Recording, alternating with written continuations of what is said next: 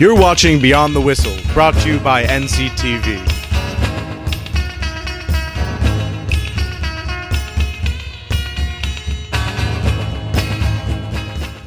Hello and welcome everybody. Once again, I am Matt Schlegel here for NCTV with my partner and colleague Scotty Luntz.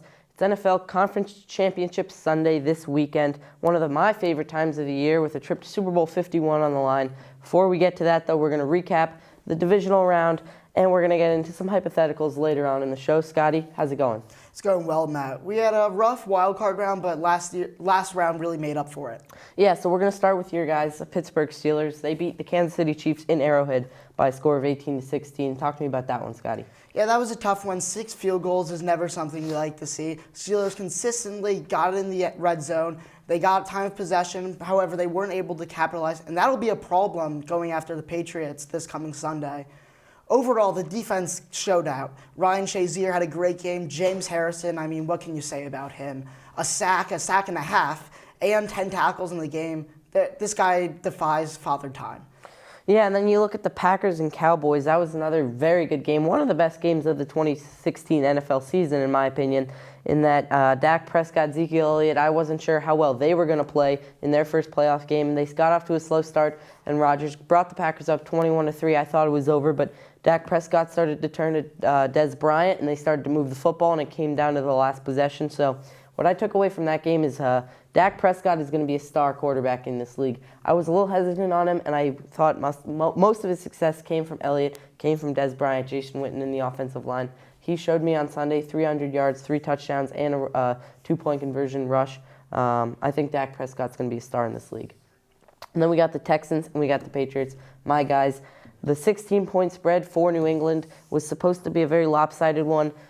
In order for the Patriots to cover it, they were going to have to play some of their best football. They did not play their best football, but they still covered, winning by a score of 34-16. What'd you like by New England in that game? What do they need to work on? Well, the defense really stood up. Obviously, this Texans offense is terrible, but the Patriots defense came in. Dante Hightower had a good game, and that's what they'll have to do against the Steelers, a good showing. The Patriots, they had turnovers. Tom Brady threw 2 picks, and early in the game, they were struggling. It was a close game. I thought maybe the Texans can bring this one closer than expected. However, the Patriots capitalized in the second half, and that's all that matters in this game. Yeah, more than anything for me was the biggest surprise of Sunday was Seattle going into Atlanta and Atlanta coming away with the win. I know you're huge on Matt Ryan. I'm a big fan of him as a guy. As a player, I've never really believed in him. He's probably going to go on to win MVP this year. But in that stadium, I think Seattle's one of the best teams of this era. But they're kind of falling apart ever since the Malcolm Butler interception in Super Bowl 49. And Matt Ryan played some of his best football I've seen him play. He proved me wrong, and he's really showing that this team is legit. And I think they do have a legit chance to beat Green Bay in the NFC Championship game. We'll get to that in a second. But now we're going to talk about, Scotty, for you and I, it could not have worked out better. We got Pittsburgh versus New England, AFC Championship, our 2 teams. So talk to me about the 3 things that Pittsburgh has to do to go into Foxborough and get a win. 3 keys to victory. First thing is limit penalties. The Steelers actually had to bring refs into practice multiple times this season to try to get a feel for the penalties that could be called for them, especially on defense. That's going to be a big problem. The Steelers cannot let Tom Brady drive down the field, get pass interference, and just get into the red zone consistently, or it's going to be a quick loss. Second thing they have to do is take turnovers. The Steelers are a team that thrives on turnovers on defense, where in the past it's been blitzing has been their priority on defense. Now it's being aggressive in the secondary. And although Tom Brady is probably the best quarterback left, the Steelers must be able to get the turnovers. And then the last thing is limit turnovers. Ben Roethlisberger has thrown pick after pick, not throughout the playoffs, and throughout this 7-game win streak. We know he is not good on the road, and he's not good especially versus the Patriots. And this game could blow open if Roethlisberger throws a pick or 2 picks, which is very realistic. In order to do that, he must get the ball to Antonio Brown, his consistent receivers, and try to avoid the long ball as much as possible. Yeah, now those are great points that you raised right there, and I think that's a big problem with Pittsburgh is their discipline and whatnot. For New England, the three things that I think they need to do, first of all, they need to just spread things out offensively. And the reason why they need to do that is because against Houston, they really struggled to move the ball because Romeo Crennel, the Texans defensive coordinator, he really took away the underneath balls, which is what Brady loves to do to find Edelman. So what they need to do, they need to spread things out. That way Pittsburgh can't disguise anything. Because we all know the way you beat New England is by getting after Brady.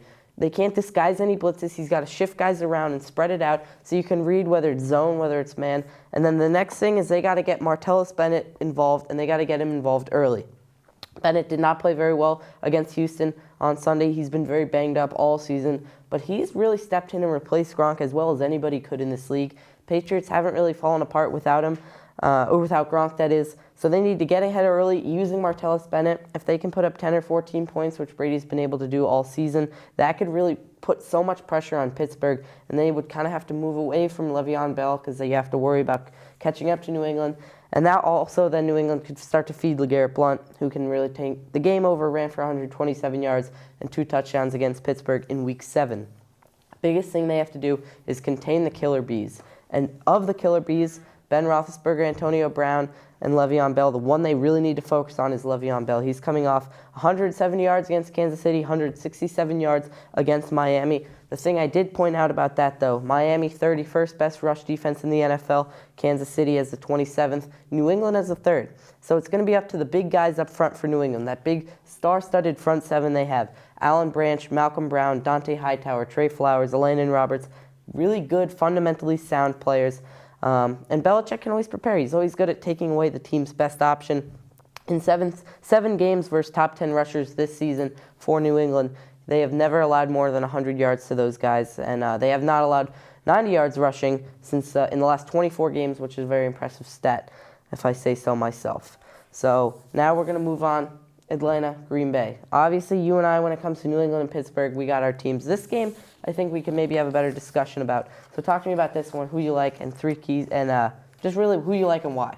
Well, I like Atlanta in this one. When you're hot, you're hot. And this is in the case for both teams. Julio Jones returning to practice. Hopefully he gets it going. And if they have a healthy Julio Jones, I don't think this Falcons offense is stoppable. The Packers defense has taken hits with injuries over the year. Sam Shields, secondary, has had a lot of problems. And I just can't see Matt Ryan not being able to tear apart this Packers secondary. I think Devontae Freeman is going to have a day also. The two-headed rushing attack of Tevin Coleman and Devontae Freeman, I think, is very underrated in the NFL right now. They have 2 backs who can catch the ball, they can run the ball. They're great route runners. Matt Ryan needs to get the ball on some screens to these running backs in order to win this game and try to get some of those Packers linebackers, including Clay Matthews, to try to get off position and get open down the field. Onto the Falcons defense, I think this is also a really underrated Falcons defense. Desmond Trufant, probably their best defensive player, out for the year. They come back, they're resilient, they come into games, and although they won't be able to stop Aaron Rodgers, it's a matter of how much they can limit him. Yeah, no, I like what you said there, and I think this is going to be an absolute offensive juggernaut. I think both quarterbacks, I'm going to get to my bold prediction, which we're going to get to in a little bit. I think both quarterbacks are going to have field days, and as a fan, this is going to be a very fun game to watch. I expect high scoring, a lot of touchdowns, a very aggressive play calling on both sides.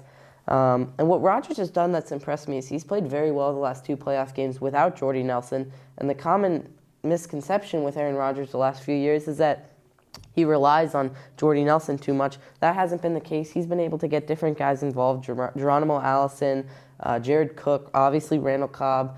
So I think what Rodgers is doing right now is very special, and I think he's playing fantastic football. I'm going to pump the brakes on a little bit of the hype that he's been getting because people talking about Aaron Rodgers as though he's now proven himself as the best quarterback in the NFL is not something I agree with because obviously you and I were watching football this year, Scotty, when the Packers were falling apart and they were losing games left and right and people are saying Aaron Rodgers might be done.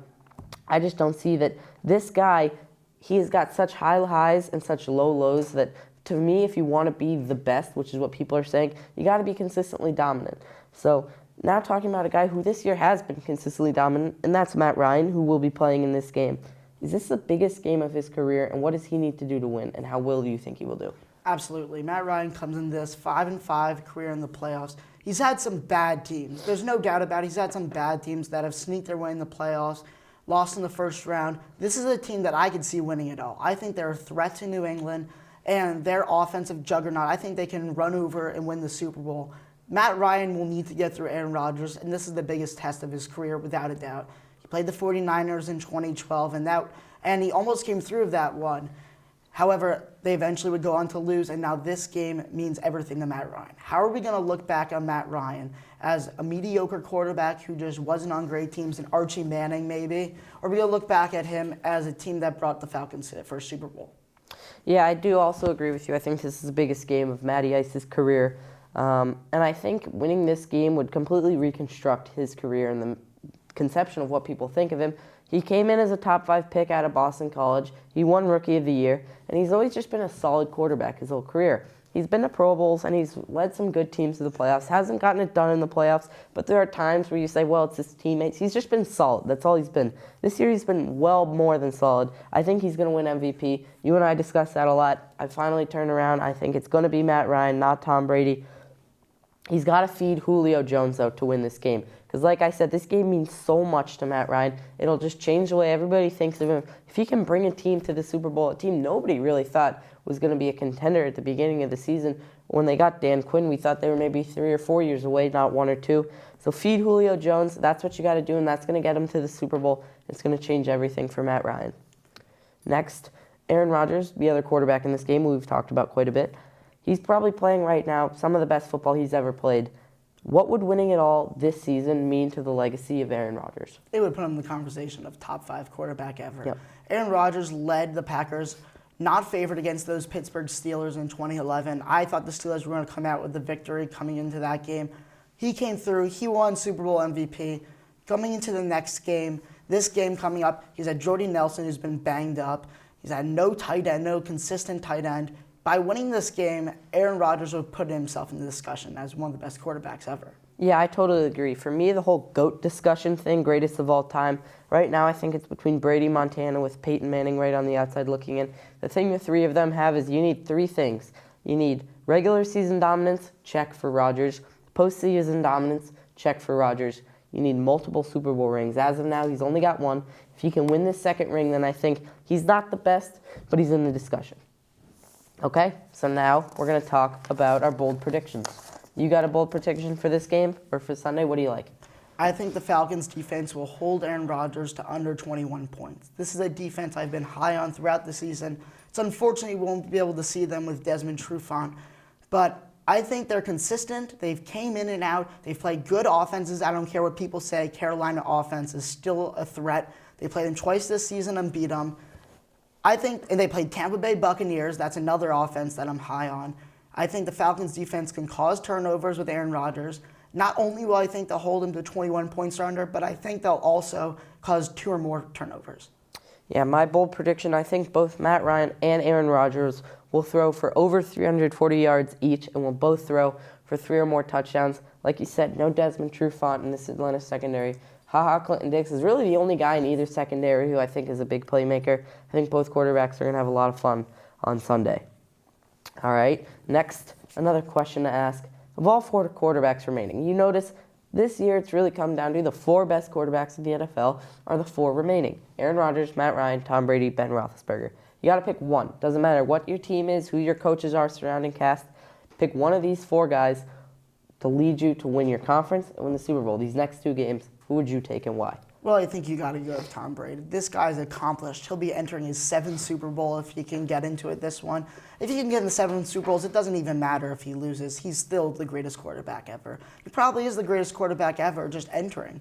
He's playing elite football. He came back from that Deflategate suspension, the controversy, and he fired right back at Roger Goodell. He said, I'm not taking this.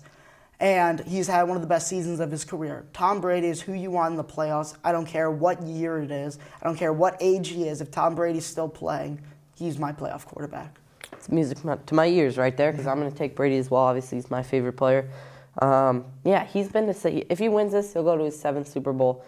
He's been to more Super Bowls than most quarterbacks in the NFL. Of all the combined quarterbacks other than Brady, they've been to 12. He will have been to 7 if he can win this game even still. 6 is very good. But when the game's on the line, you put the ball in Tom Brady's hands, and he never disappoints. So that's why I got to go with him. He wants to win. He's the best competitor in professional sports, I think, and he just drives himself every single day. So I'm going to take Brady in this. The next question you came up with, best defense remaining of the 4 teams. Well, I'm going to go with my Pittsburgh Steelers. I know we disagree on this one, but the Steelers, led by 2 rookies, Artie Burns and Sean Davis, this is a team that hadn't started a rookie since Ike Taylor in 2004. And now they're coming together. They have multiple rookie starters. They got Bud Dupree, second-year player, Ryan Shazier, third-year player. This linebacking core is unbelievable. Lawrence Timmons has always been one of my favorite players and one of the most underrated players in the NFL. This guy's had over 80 tackles for the past 5 years. He's a Pro Bowler, not this year, but he should have been. And he can do everything. Ryan Shazier will cover Martellus Bennett, and he's quick enough to play safety. This guy's an athlete. And Bud Dupree, coming off that groin injury, missed the first 13 games. He's coming to himself in the playoffs, in the last 4 games of the season. He is playing well, and this Steelers defense is playing well. The front 7, Stephon Tuitt, finally healthy. They're getting after the quarterback. They're showing remnants of that steel curtain from the past. This is a lot like that 2008 team. And what can be said about James Harrison? James Harrison has defied all odds this year and has become one of the best linebackers in the playoffs. I would argue maybe the best linebacker in the playoffs so far. Yeah, I mean, listen, I think Pittsburgh, they've got an effective defense. My problem with the Steelers is I think they just have a lot of individual talent, and I don't know how well they really play as a unit. I think, obviously, they're in the AFC Championship game. They have a good defense. There's no denying that. But I'm going to take New England, just really looking, because I think it comes down to New England and Pittsburgh. I think Green Bay and Atlanta, their defenses don't really match up with New England and Pittsburgh's. New England is the number 1 scoring defense in the NFL, allowing just 15.6 points a game. In the last 7 games, they've allowed 16, 14, 3 points, and 3 points, and they haven't trailed in a game since Week 12. They're the number 3 rushing defense in the NFL. They're the best defense on third down. And then you look at Pittsburgh's stats, 12th in total yards, 16 in pass yards, 13 in rush yards, 12 on third down. Those are pretty average numbers, would you say? So, like I said, it's just a fun thing to talk about. Doesn't really matter. We'll see on Sunday because it's both teams. Great defenses, great offenses. I'm going to take this game to be the closer matchup between the two. But so let's take, we'll see. Let's go to the picks now. So talk to me. You're taking Pittsburgh. What's your score? Why? Taking Pittsburgh 30-24. I think the Steelers' red zone offense will get it going. I think Ben Roethlisberger will get it going. Proven quarterbacks show up in big positions. I think Le'Veon Bell, in his 3rd playoff game of his career, will tear down the field. I think he's going to have over 100 yards. Take the Steelers 30-24. I think Tom Brady will still have a great game, though. And the Falcons, I have 35-21 Atlanta. I think, again, 21 or less points will be what the Packers offense is limited to. And this Matt Ryan and his Falcons offense will really get it going. Yep, I'm going to take in that one. I'm taking New England by a score of 31-27. And there's a couple of reasons why. One, I think a lot of Tom Brady's game is a mental game. You look at how he never plays well against the Giants or Broncos. It doesn't really matter who's on each team. He just, whatever reason, when he's playing that team, he doesn't play very well. Pittsburgh, it's the opposite. 9-2 career record versus Pittsburgh, 4-1 versus Mike Tomlin. He's thrown 24 touchdowns against the Steelers to just 3 interceptions. 6 games against Pittsburgh with a pass rating above 100. And the Steelers haven't picked him off since 2005. He's had the Steelers' number over the last few years, so I like his chances in this game. And also, Pittsburgh Steelers are dead last in covering a team's number 1 receiver, and Julian Edelman's one of the most dominant receivers in the playoffs the last 4 years, playoffs specifically, that is. So I think Edelman's going to have a big day. And the other thing you look at when they played in Week 7, you can't really delve into that matchup too much because Ben Roethlisberger wasn't active. But Pat's offense versus Steelers' defense, you can look at a little bit more, where LeGarrette Blount and James White combined for 166 yards and 3 touchdowns. That was without Deion Lewis. You throw him in. The 3 of them back there, I think it could be a lot of fun for New England. And then obviously we talked about Ben on the road. At home, he averages 300 yards, 3 touchdowns, no interceptions. On the road, 236 yards, 1 touchdown, 1 interception. I think we're in store for a very good game for the Lamar Hunt Trophy to get to Super Bowl 51 and represent the AFC. NFC, Green Bay, Atlanta. You like Atlanta. Why? I think this Atlanta offense will tear apart the Packers defense. And Aaron Rodgers, we all know hot streaks come to an end. And as you said, he has some flaws. And I think they'll be exposed by this Atlanta offense and Atlanta defense in this game. I don't know if Aaron Rodgers will be able to compete against Matt Ryan with his high-scoring offense. This Atlanta defense is absolutely better than the Packers defense, and I would argue that the Atlanta offense is better than the Packers offense. So keeping up in a game like in a high-scoring game where your offense is debatably the worst of the two, I don't think you can win that matchup. Yeah, I'm going to take Green Bay, but in a barn burner, I'm taking them 42-35. I think Rodgers has just been balling out recently. You know what I think of him? I think he's good. I think he's a little overrated, but bottom line, he's playing really good football right now, and I just don't think Atlanta's got the weapons to cover him. All right, that's all the time we have. Thanks for tuning in. Obviously, big weekend of football this week. Steelers, Patriots, Falcons, Packers. We'll see you in 2 weeks to preview Super Bowl 51. We'll see you there. Thanks for watching. Matt Schlegel, Scotty Luntz for NCTV.